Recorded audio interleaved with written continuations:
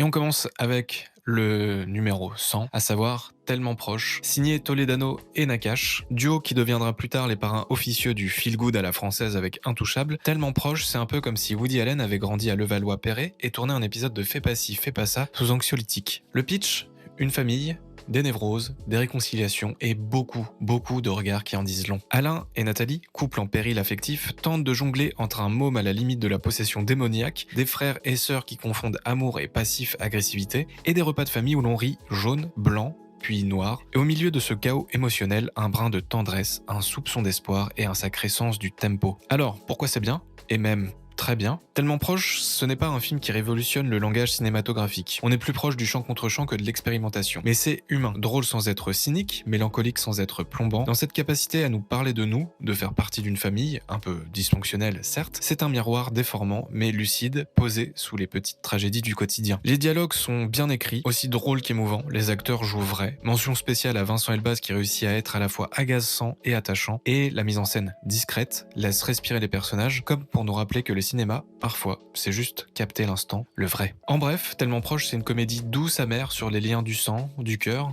et parfois de l'absurde. Un film qui donne envie d'aimer les siens, même s'ils sont insupportables, parfois. Et rien que pour ça, ça mérite qu'on le sorte du placard des comédies sous-estimées du cinéma français.